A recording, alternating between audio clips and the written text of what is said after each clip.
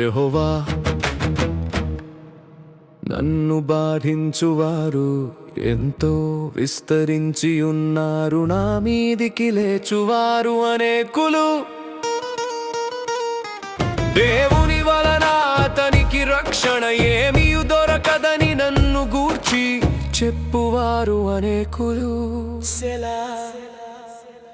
యెహోవా నీవే నాకు కేడెముగాను, నీవే నాకు అతిశయాస్పదముగాను, నా తల ఎత్తు ఆడవుగాను ఉన్నావు.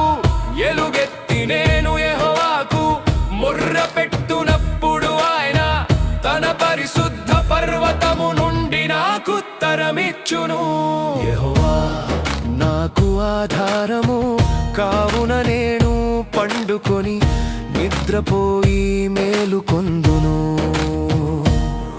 10,000 మంది దండెత్తి నా మీదికి వచ్చి మోహరించినను నేను భయపడను.